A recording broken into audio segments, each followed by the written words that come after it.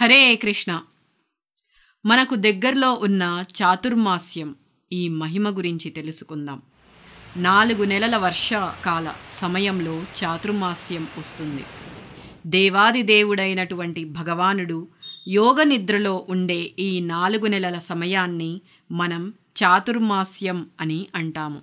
ఇది భక్తి ఉన్నటువంటి సాధు పురుషులు అదే సమయంలో అన్ని రకాలైన భోగాలను వదిలేసి కేవలం కృష్ణ భక్తిలో ఉంటారు. శ్రీమద్ భాగవతం, రామాయణం, మహాభారతం ఇంకా మన పురాణాలలో కూడా ఈ చాతుర్మాస్యం గురించి వస్తుంది. శ్రీమద్ భాగవతంలో శ్రీ నారద మునివారు తన పూర్వజన్మ వృత్తాంతాన్ని శ్రీల వేదవ్యాస దేవునితో వివరిస్తూ చాతుర్మాస్య వ్రతదీక్షలో ఉన్నటువంటి భక్తులకు తాను సేవ చేశానని చెప్పారు.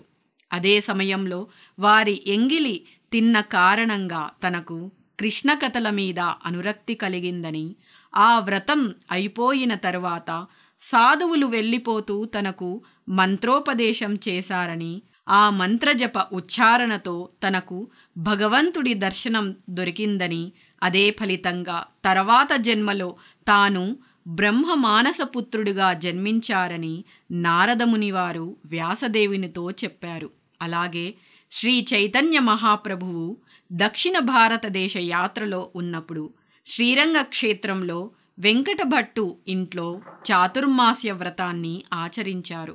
అదే సమయంలో ఆయనకు సేవ చేసిన పిల్లవాడు తర్వాతి కాలంలో షడ్గోస్వాములలో ఒకరైన గోపాలభట్ట గోస్వామిగా ప్రసిద్ధి పొందారు. ఈ చాతుర్మాస్యం ఆషాఢ పౌర్ణమితో మొదలై కార్తీక పౌర్ణమితో ముగుస్తుంది. ఈ 4 నెలలు దేవాది దేవుడైన విష్ణువు యోగనిద్రలో ఉంటారు. అందుకే ఈ ఆషాఢమాసంలో వచ్చే ఏకాదశి పేరు శయన ఏకాదశి. దీనిని దేవశయని ఏకాదశి కూడా అని పిలుస్తారు. ఇక జనార్దనుడు నిద్ర మేలుకొనే సమయానికి వచ్చే ఏకాదశి పేరు ఉత్తాన ఏకాదశి. ఈ ఏకాదశి కార్తీక మాసంలో వస్తుంది. ప్రతి సంవత్సరం చాతుర్మాస్యం జూలై ఆషాఢ పౌర్ణమి లేదా గురు పౌర్ణమితో ప్రారంభమై నవంబరు కార్తీక పౌర్ణమితో అయిపోతుంది. పూర్వం చాతుర్మాస్య సమయంలో సాధువులు, సన్యాసులు, భక్తులు అన్ని పనులను విడిచివేసి దూర ప్రయాణాలు పోకుండా ఒక పుణ్య ప్రదేశంలో అక్కడున్న వాళ్ళు అందరూ కలిసి అందరూ భగవత్ సేవలో ఉంటారు.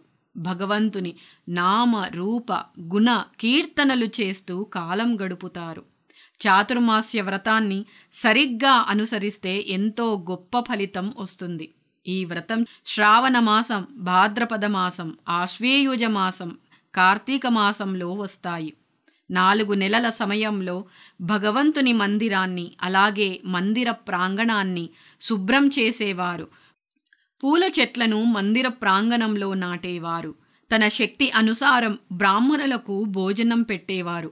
7 జన్మల వరకు అనంతమైన సుఖాన్ని అనుభవిస్తారు. ఈ సమయంలో భగవంతుడికి నెయ్యితో దీపం అర్పించేవాడు భాగ్యవంతుడు అవుతాడు.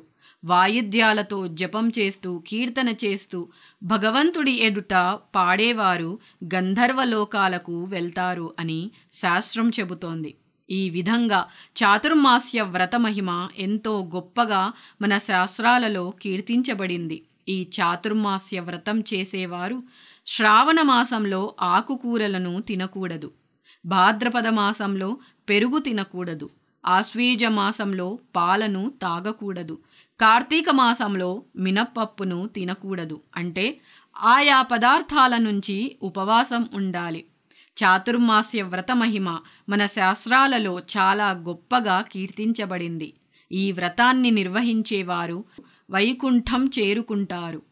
ఈ 4 నెలల చాతుర్మాస్య కాలంలో ఏకభుక్తంతో అంటే ఒకే పూట తింటూ నిర్మల మనసుతో శ్రీహరిని పూజించేవారు భగవద్ధామం చేరుకుంటారు. హరే కృష్ణ.